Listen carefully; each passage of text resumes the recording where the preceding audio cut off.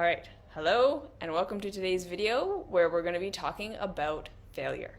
Because I feel like if we as a society and as people who are on this self-love, self-discovery path can change our relationship to failure to one that is in alignment with how reality actually functions and that departs from the kind of way that we tend to view failure in our society, it's going to be so much better for all of us mentally, emotionally, and spiritually. It's going to make life feel a lot better just on an individual, personal level.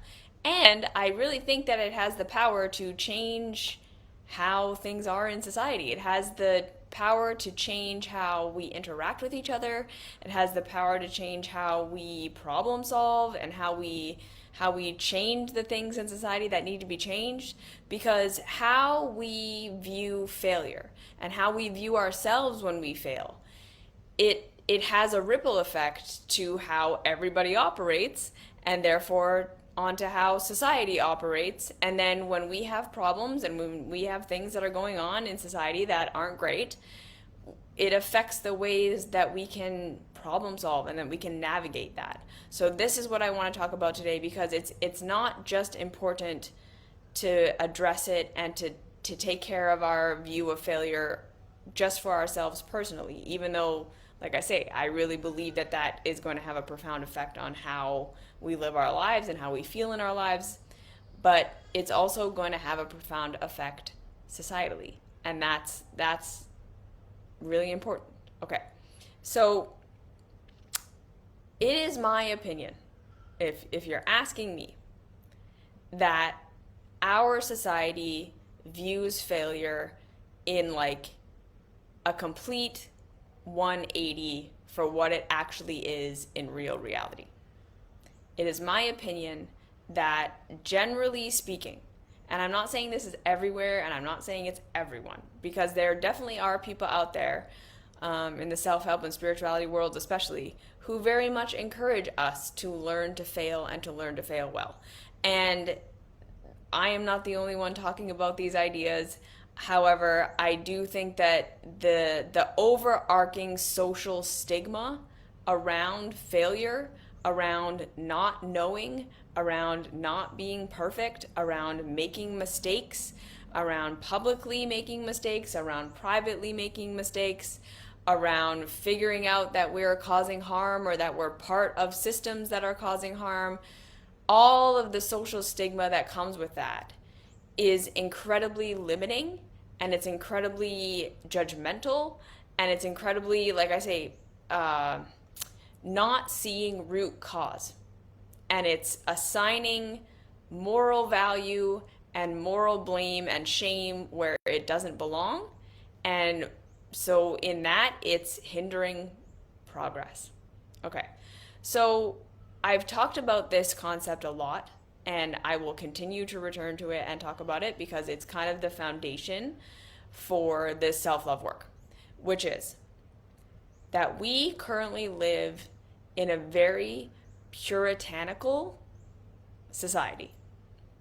We live in a world, we live in a culture that has this expectation of perfection from everybody, and anyone who doesn't measure up to cultural, societal standards of what perfection is seen as a failure, is seen as weak, is seen as less than.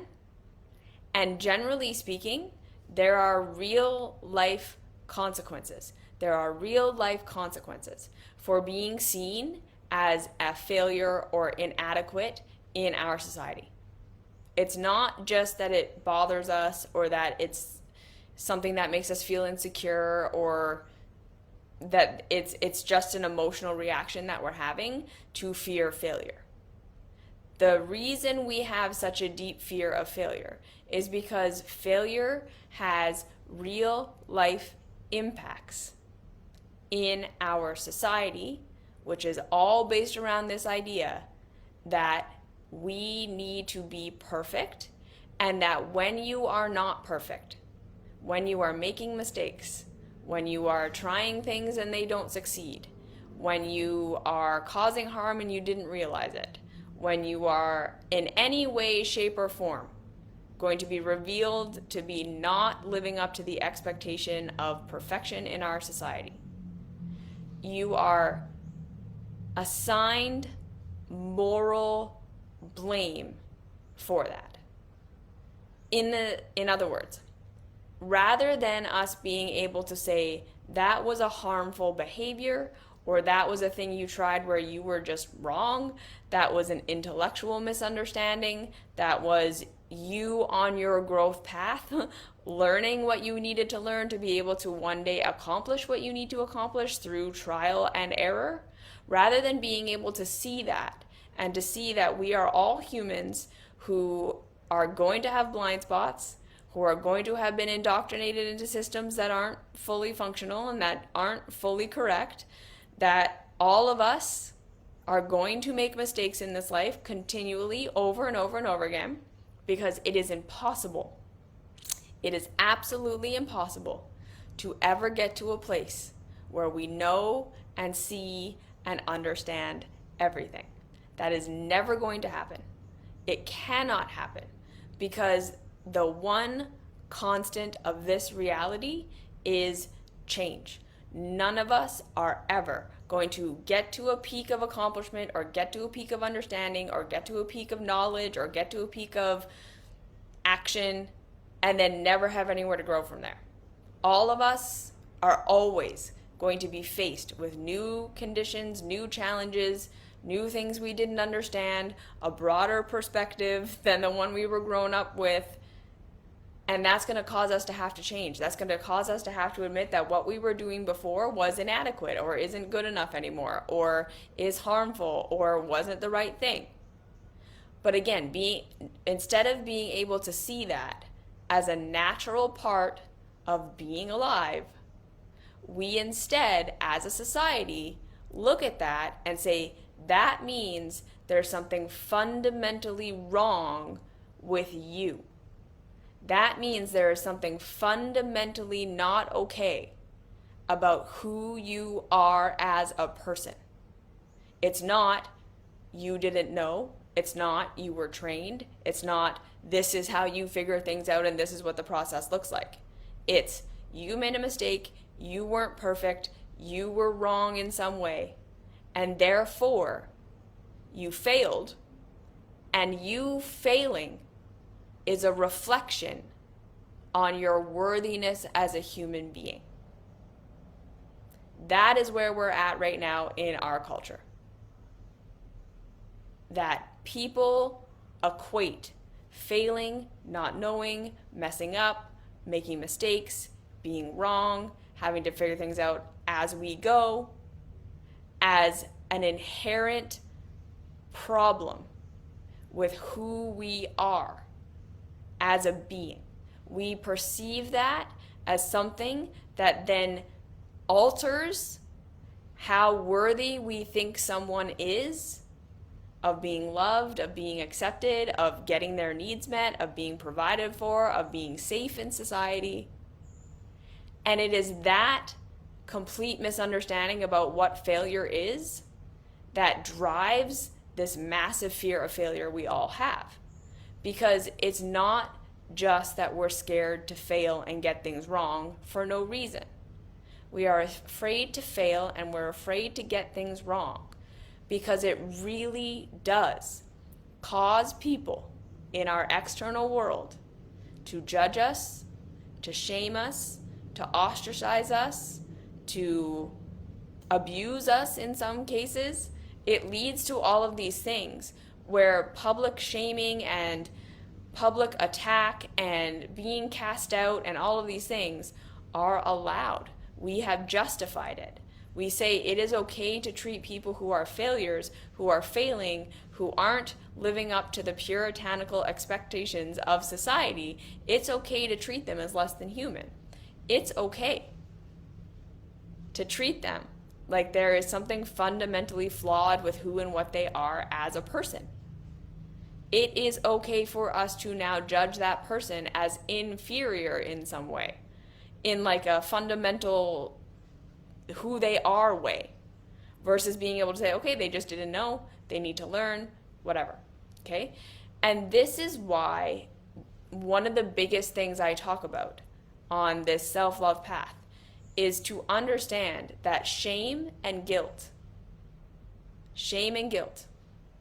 are always lies, because they are rooted in the idea that when we mess up, that when we do something wrong, that when we have a misunderstanding, that when we attempt something and it doesn't go the way we want it to, that this then means we are fundamentally flawed as human beings.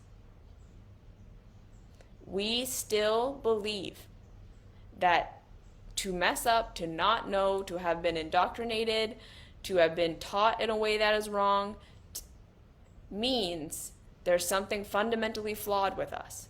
And that feeling that we are fundamentally flawed, that feeling that we are fundamentally not good enough, not worthy, not going to be okay, triggers us into that state of fight or flight, because it's triggering our abandonment wounds. It's triggering the very real survival instinct that to be separated from the group, to be cast out, to be rejected, to be denied, is to have your survival and your safety threatened.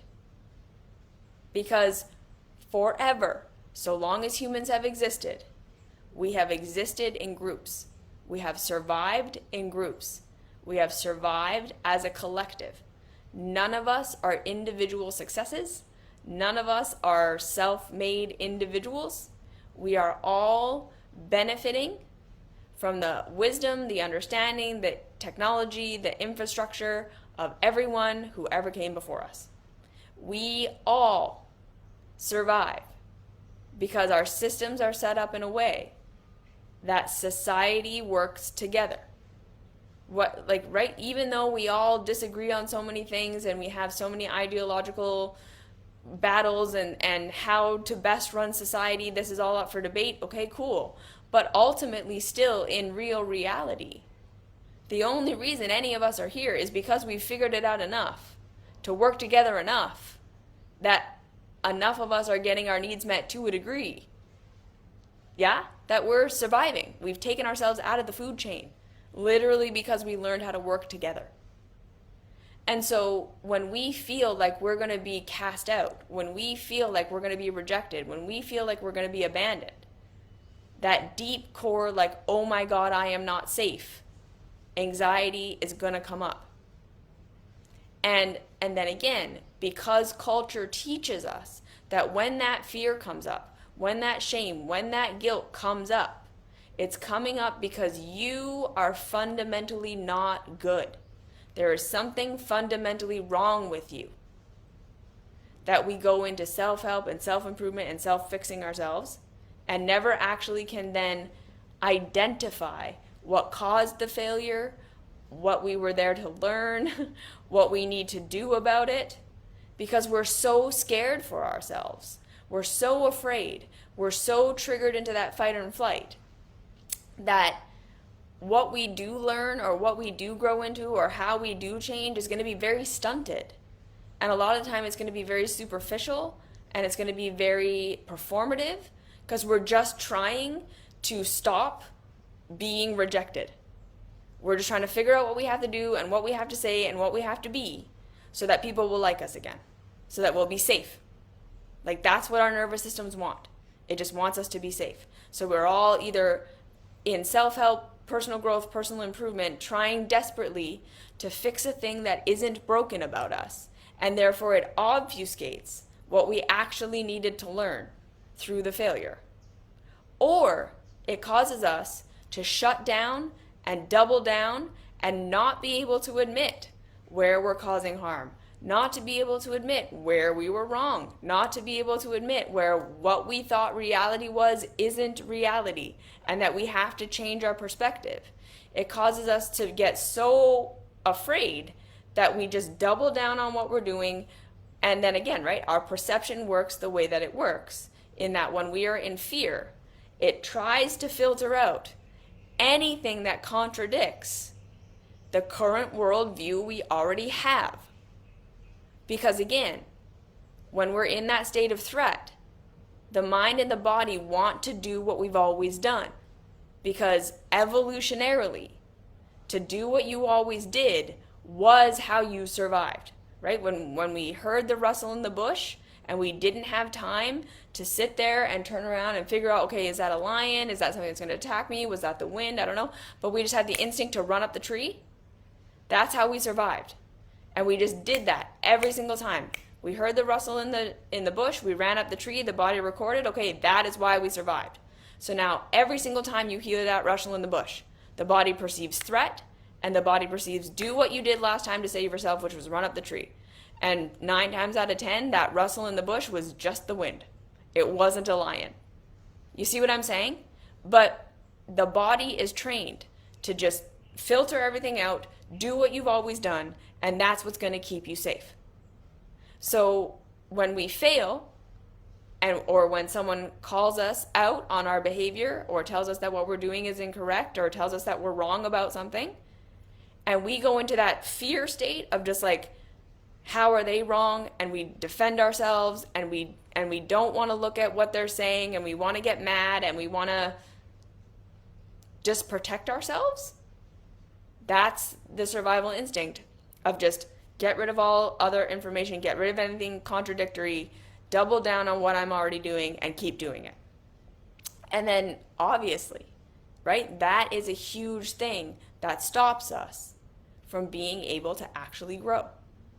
Because when we actually are wrong, when we actually are causing harm, when we actually are doing something that isn't going to get us the results that we want, and rather than being able to see that, and rather than being able to accept that and work with that and learn something new, we get triggered into that state of fear of I'm wrong and I'm bad because I'm going to get rejected and I'm going to die. So I just need to double down on who I am and what I am to maintain my worldview and to maintain this idea that I am good. Okay? Because this is another huge thing that is so important for us to understand about how we function in our society, which is that we have cultural conditioning that says only good people are worthy of safety and provision and protection, are worthy of connection, and are worthy of the things that we want and that we need. If you notice, in our society, the people who are the most exploited, the people who are the most taken advantage of by our system, are also the exact same people who are portrayed in the media and portrayed in government and portrayed in all of these power structures as being evil, right? We don't just see them as underserved or underprivileged or under-resourced or lack of opportunity. We're trained to see them as they have those terrible things happening to them because they are bad people. They're irresponsible, they're making bad choices, they're low intelligence, they're low value workers, they're whatever. And it's all about demonizing people and making society continue to believe that only bad things happen to bad people. So if I want to have a good life, if I want to be safe, if I want to have access to the things that I want to have access to, I have to be a good person. And if it's ever revealed that I'm making a mistake or that I'm doing something wrong or that I'm causing harm, this means, because of our cultural conditioning, as we've been talking about, that I am fundamentally flawed. I am one of those bad people. And that is a threat to my survival. That's a threat to my security. And so I'm going to do whatever I need to do to justify my behavior, to justify my way of being, to justify my worldview, and to recombobulate that no, I'm a good person. I'm one of the good ones. I'm one of the good ones. Even if what we're doing is harmful or even if what we're doing is wrong. Because again, we're so afraid of admitting that we're wrong. We're so afraid that we're admitting that we're causing harm or that something that we thought was true wasn't, Because in our culture and in our society, that then means that you are not good fundamentally. And that means that the door is open for society to treat you like shit. And there's nothing you can do about it because you're one of those bad people. That's how our society functions. And then on top of that, right? Failure and doing things wrong and not having the answers and not knowing are a huge part of what it means to be vulnerable. They're a huge part of revealing to us as a humanity where we don't have all the answers, where we don't have perfect understanding and perfect awareness, and therefore might not be able to get the results in life we want to get. We don't have perfect immunity from anything. We are a highly vulnerable species, and our lack of awareness and our lack of knowing and our shitty ways that we do things are a big part of that. But having to actually face that, having to actually look at that, having to actually feel that and know that our failures are kind of like a representation of where we are not safe in real reality, is also something we just don't want to look at as a society. We don't want to look at it as individuals, and we don't want to look at it in other people. So again, we try and dissociate from it. We try and demonize it. We make it wrong and we push it away. We push failure away in other people. We push not knowing away in other people. We push it away, push it away, push it away, because it reminds us of our own vulnerability. It reminds us of our own weakness. It reminds us of our own lack of control, because that's a huge part of what failure does. It shows us where we don't have the control we thought we had. It shows us where we don't have the power we thought we had. It shows us where we don't have the ability to create the circumstances and the things that we want in the ways that we thought that we did. And that's incredibly destabilizing. It makes us feel very insecure. It makes us feel very afraid. And therefore, we want to resist it and run away from it and not involve ourselves in it as much as possible. So is it any wonder that as a society, we have a massive fear of failure? Like, for all of these reasons, we have a massive fear of failure. But like I said at the beginning, the unfortunate thing is the only way to learn anything is to first fail at it.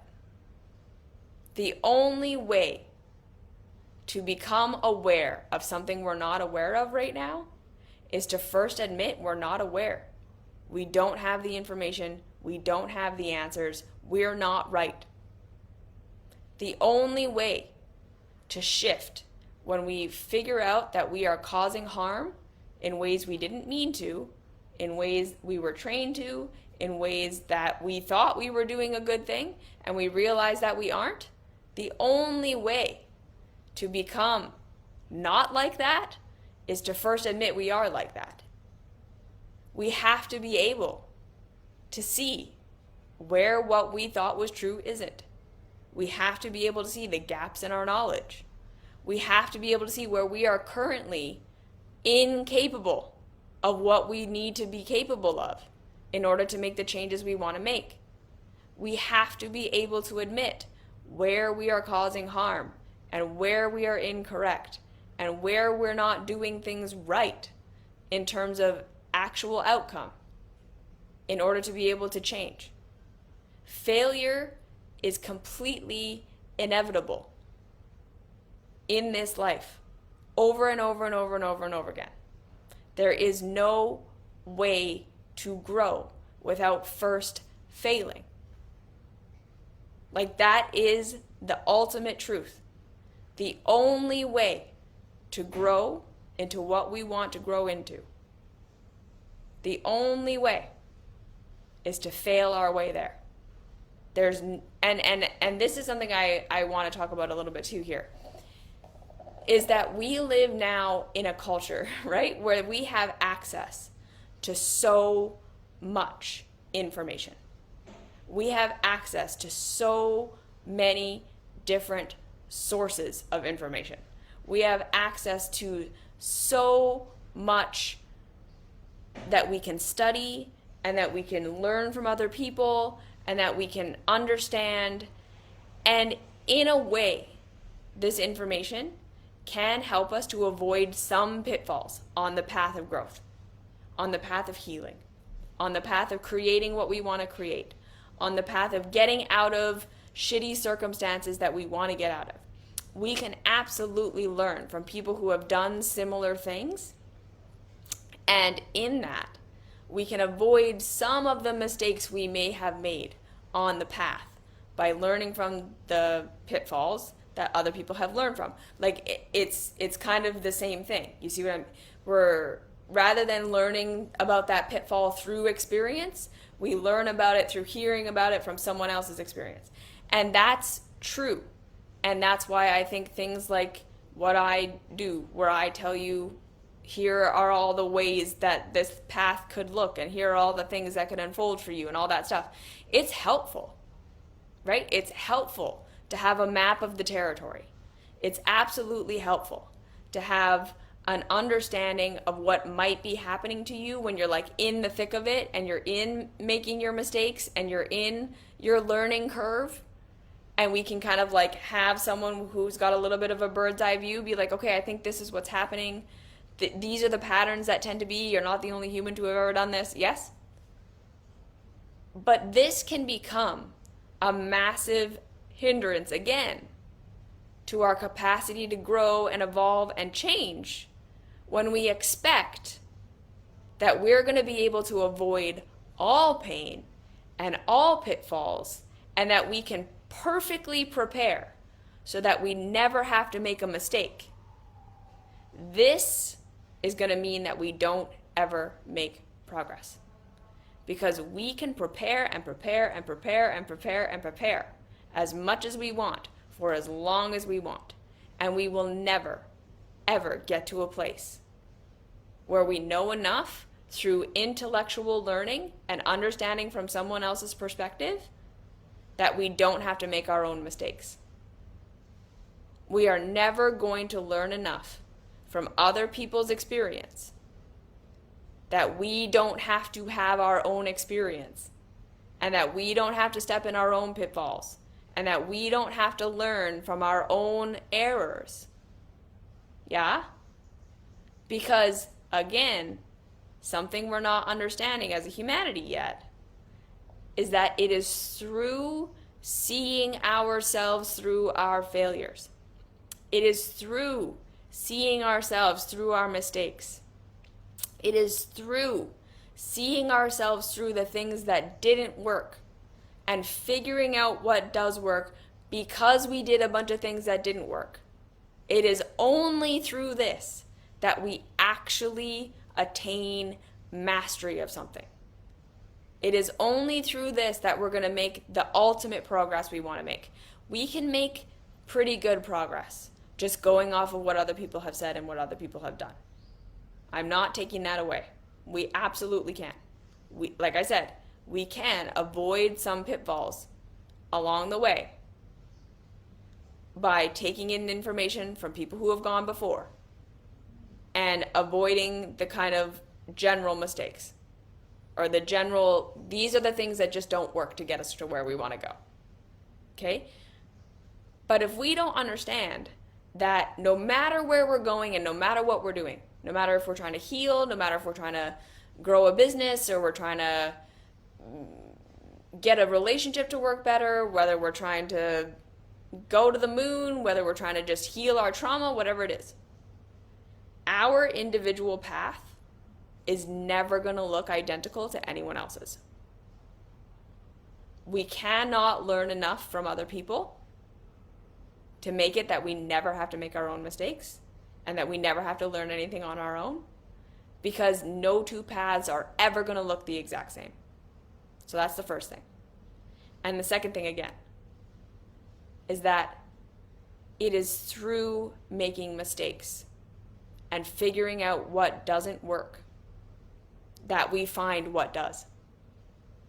It's through failing and seeing ourselves through that failure that we become the kind of people who can actually live out our success.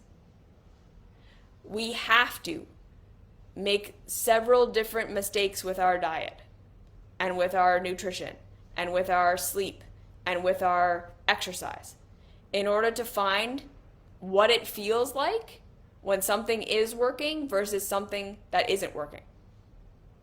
In order to be able to figure out what is a thing we should continue doing and what is a thing we shouldn't, not just based on what people tell us we should or shouldn't do, we have to feel it. We have to experience it for ourselves. And like I said, so much of the time, what ends up working, what we end up figuring out that does work, is going to be something we came to through trying this and it sort of worked, but didn't fully work. So we figured out what about it worked, what about it didn't, and we took the things that worked, and then we understood why the thing that didn't work, and then we try this other thing, and we figure out what about that kind of worked, what about that didn't work so much, and then we combined the two things that worked. You see what I'm saying? The actual process of figuring out what we need to do to get to where we want to go is a whole bunch of gray area, trying things out, keeping what works, understanding what didn't work, taking our next step based on that, and that being the third thing. That it's through taking steps that we find our next steps. We're never going to have the full staircase. We're never going to see the full map. We're never going to have complete foresight for all the things that are going to happen and every step we're going to take ever on this path. We are always going to figure it out one step at a time. We are always going to just know what we're going to do next because of what we just did. So when we try really hard to avoid failure by studying as much as we possibly can and not going until we feel perfectly prepared and not feeling like we can do anything until we know we're not going to make any mistakes, we will never go anywhere.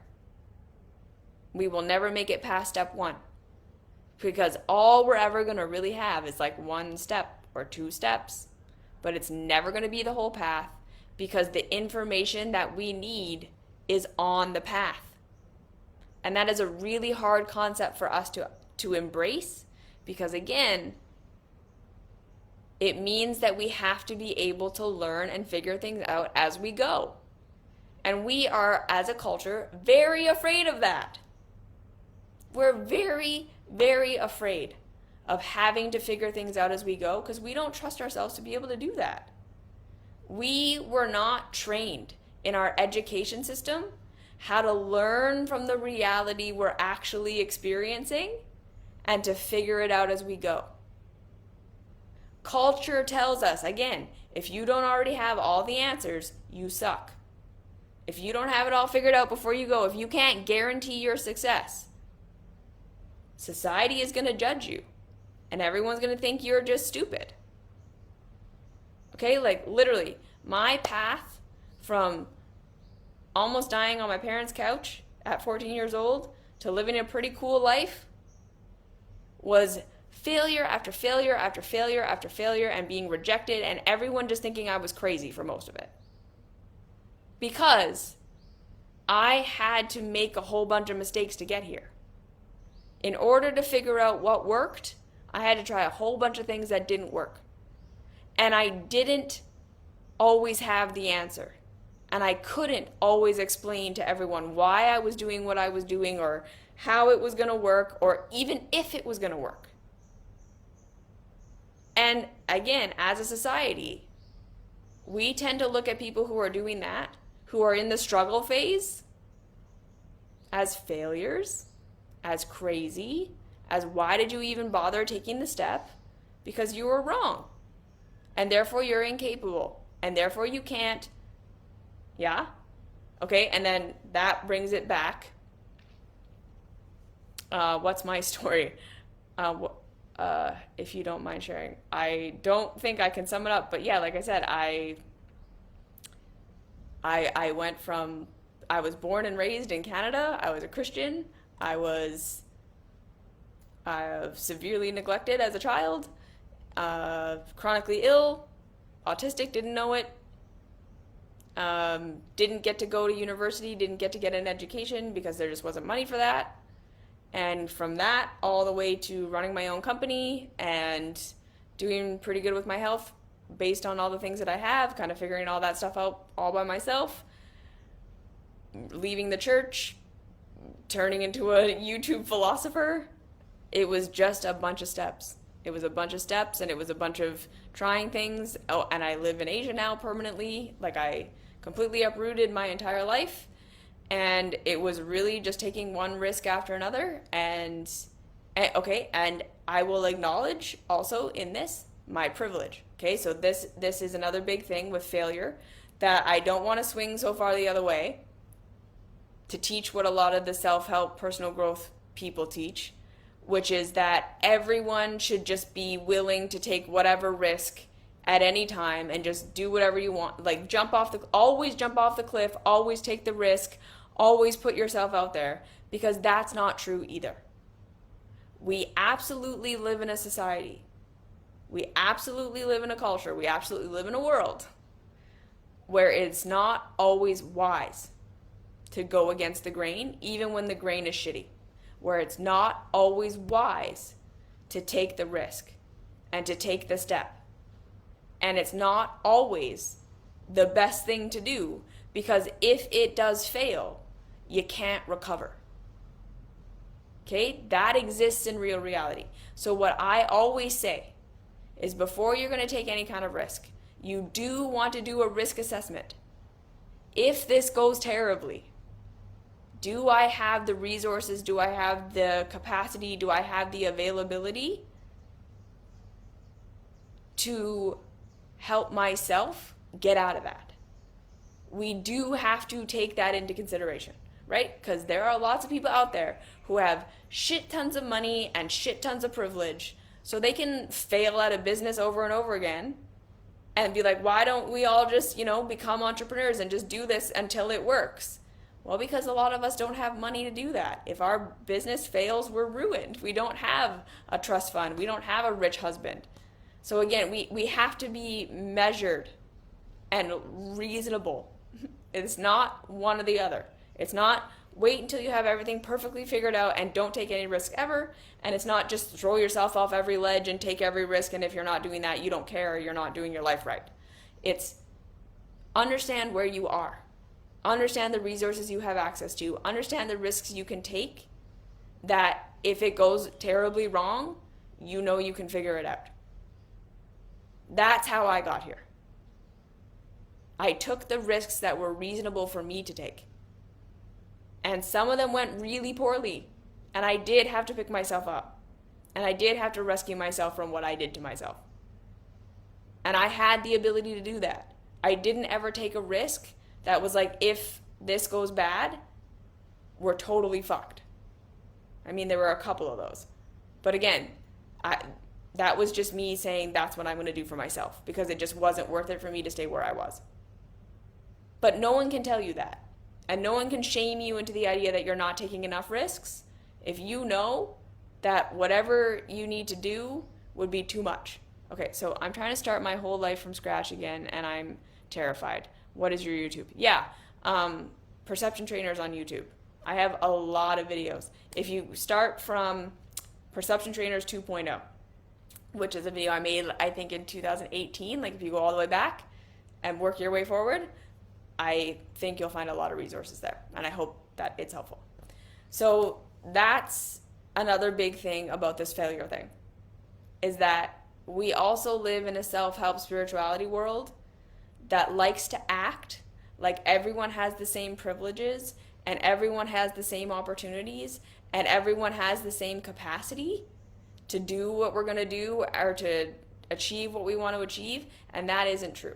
So this is why, again, I don't stand up here and say, these are the things that work for me. I quit my job and I moved to Asia and I did all that and I started my own company and blah, blah, blah. Because those were the risks that were reasonable for me to take.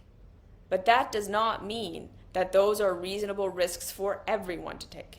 That does not mean that what is standing between you and having what you want was the same thing that was standing between me and having what I want. That we all have to assess where we are reasonably, and again, assess what kind of reasonable risks we can take. And then within that, that's when we have to work with our nervous systems. Okay, because when we are taking risks and when we are failing, when we get called out on you're doing a harmful behavior, when someone points out that we didn't know something we thought we knew, when we try something and it doesn't give us the results we thought we were going to get, it's the natural nervous system instinct to freak out and shut down. It's the natural nervous system instinct to, right? All the wires are connected. I just did something wrong. I'm bad. I'm not safe. I'm going to be rejected.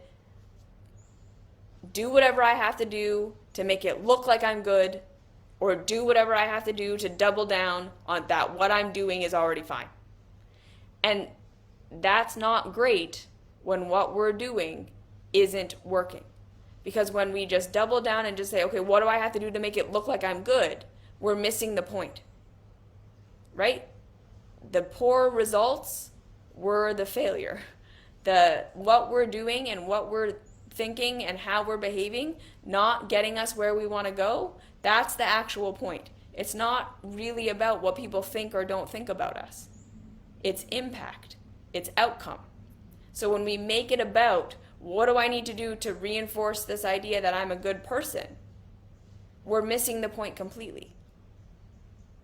Your failures and your mistakes and your lack of knowledge and your lack of understanding and your lack of empathy and your lack of awareness is not a moral judgment on you. Society might make it a moral judgment, but in real reality it isn't. To be unaware is to be unaware. To not already know is to not already know. That stuff is human. And that's going to be a part of your life for the rest of your life. We want to be able to embrace that, accept that, see that, and then work with it. Okay, so what don't I know? What are the results I'm getting that aren't working? How am I causing harm? And why did I think what I was doing was fine? And what is actually better? We have to be able to love ourselves enough that we don't go into shame, so that we don't go into people pleasing or making it look like it at the expense of what it actually is. And then same thing on the other side. We don't want our shame to drive us into what appears to be like narcissistic behavior, where we can't accept that we're wrong. We can't ever admit that we're making a mistake. We double down on our way of being. We double down on our harm. We blame, we shame, we deflect. Because if we didn't do all that stuff, what would come up is our own internalized shame that we did something wrong. We're not pure. We're not good. And if we don't have tools for dealing with that, we don't feel like we can understand that we are still a good, worthy person, even though we're fucking up, or even though we didn't know, or even though what we know right now isn't the answer. If we can't do that, we will be stuck in our behavior forever, getting terrible results, and then working really hard for the rest of our lives to justify our behavior. And we see that in the world over and over and over again. People cause harm. They get called out. They justify their behavior. They double down. They demonize someone else. Instead of being able to just say, yeah, my impact is not matching my intention. I didn't actually want to hurt people. I don't want to think of myself as a bad person. But I did a bad thing. I did a harmful thing. And it's okay to admit that. And it's okay to acknowledge that. And in fact, the only way I'm going to get to a place where I can do better is if I can admit that. But we got to be able to admit it without it meaning, and therefore I am fundamentally, as a person, not good. We have to be able to work with our nervous systems enough to say failure is not a moral judgment. Not knowing what I didn't know is not a moral judgment. And then we have to be able to work with our nervous system enough to say, I can figure things out as I go. I can learn how to learn from reality. If what I did to try to get the results that I want didn't work, that doesn't mean I can't have those results. That doesn't mean there isn't a path. That doesn't mean I'm trapped and stuck forever. Because that's what a lot of us think. Because we've been trained to believe this idea of learning only happens in a classroom. It's something we cannot do on our own. It's something that is scary and wrong and bad because it means we didn't already know, which means we're not already pure and good. And so when we make mistakes or when we find out that our way didn't work, most of us will just say, well, then I'm totally fucked. Or we will be like, no, my way is going to work. If I just keep doing it, if I do it harder, if I do it more, one day it's going to work. Because it has to, because this is all I know. So if this isn't it, it doesn't exist. Instead of understanding, no, okay, if this isn't it, something else exists. I can learn. I can change. I can grow. I can take in new information. There might be something I haven't seen yet, right?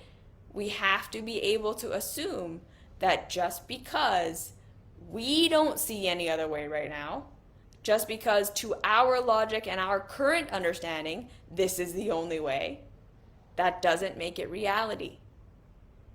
That doesn't make it reality. There's usually a million things we're not seeing and a million steps we're not even aware are there, and a 1,000 ways forward that just don't align with our current perception. And that the answer is to be able to expand our consciousness, to expand our awareness, to expand our view, instead of doubling down that what we know is right and we just have to do it harder. Everyone else is wrong and bad and it's not my fault. So what I say, we have to work with our nervous systems. Again, we have to understand that we're not consciously choosing to shut down when we feel like we're failing. That's an automatic reaction that's happening because we feel our survival is threatened, because society has tied failure with being a bad person with being rejected with not getting our needs met so tightly from the moment we were born in our families, in the temporary codependent relationship of our childhood, where the only thing we had control over was our own behavior, and the only way to get our needs met was to conform and to be loved and to be approved of so other people would provide for us. That's what we learned reality is. We learned if I'm wrong and bad, I'm rejected, I die. Which has made learning and failure and admitting fault and admitting ignorance almost impossible for most of us. We will either go into a shame spiral and, like I say, then completely miss the point. What do I just need to do to be good again? Or we go into a shame spiral that turns into deflect, deny, double down. Or, like I say, we try a thing, trying to heal, trying to grow, trying to do something. It doesn't work. We automatically assume there's no other way, and therefore we're fucked. Or we assume we already know everything, so we just have to keep doing this, and one day it's going to work. Instead of being able to say, no, I am still good. I am still fundamentally worthy of love. I am not a bad person for making a mistake, for not knowing, for taking a risk and it not paying off the way I thought it was going to, for taking a step that didn't work out. I'm not bad. I'm not shameful. I'm human. That's normal. I'm vulnerable. That's normal. We're all vulnerable. None of us are perfect. None of us have it all figured out. Then we make ourselves a safe place. That's why compassion and curiosity, number one things on the self-love path. Can we have compassion for ourselves? That it hurt that it didn't go how we wanted it to. It hurts to think we're causing harm. It's scary. This isn't nice. I don't like this. This is uncomfortable. I don't like facing my vulnerability. Can we make it safe to have our emotional experience and to just have compassion for ourselves? And then can we get curious? What am I not seeing? Is there a way that maybe I haven't considered? What did I think was going to happen and what actually happened? What was the difference? What can I learn from that? If I'm causing harm, okay. Where did I learn that the way that I was doing things was right? What is my intended outcome and my intended impact? And what would actually get that outcome and that impact if what I'm doing isn't it? That's it. We start to understand that failure is not the end of the road. Failure is a new start point. It is not the end. It is the beginning of us becoming aware of what we didn't know that we didn't know. It's us becoming aware of information we need in order to get the things that we want. I think the other kind of reframe that a lot of us need to make is that failure isn't, it's not that life was great and everything was going fine until the failure was pointed out. Right? It's not that the diet was gonna work. It's not that the behavior was actually great. It's not that the relationship technique was working and then the failure took that away. We have to understand that if we take a step with our diet and it doesn't work, we didn't lose a step that worked. It was never going to work. We just became aware of it now. And now we're more empowered. Because before, we were believing that something was going to work that wasn't. That's less power than realizing that something doesn't work. We didn't lose the relationship technique that was going to heal our relationship. We just realized that what we thought we had as a step wasn't actually a step. That's empowering.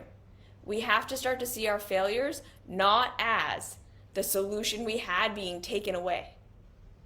We have to start to say, no, that was never a solution. I thought it was. I thought it was going to give me this result. I thought it was going to do this thing. But in real reality, it never was. If it failed right now, it was always going to fail.